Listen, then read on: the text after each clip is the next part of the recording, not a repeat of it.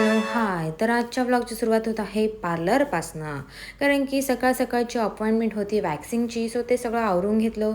Strips वगैरे सगळे डस्टबिनमध्ये टाकून घेतल्या आणि मस्तपैकी माझ्या खुर्च्या पुसून वगैरे घेतल्या आणि काचा पण ऑब्व्हियसली कारण की वॅक्स सांडतो थोडंफार. सो सगळं पुसून वगैरे घेतलं मस्तपैकी चकाचक कारण की क्लिनिंग तर जरुरी आहे ना.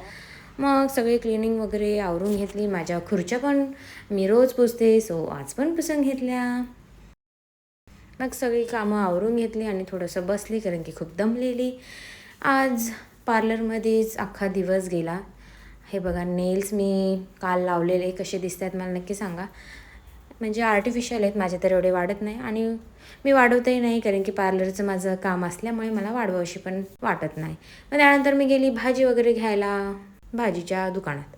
मग भाजी वगैरे घेऊन आले मी पार्लरमध्ये. पण पार्लरमध्ये येताच मला परत एकदा थ्रेडिंगची अपॉइंटमेंट होती.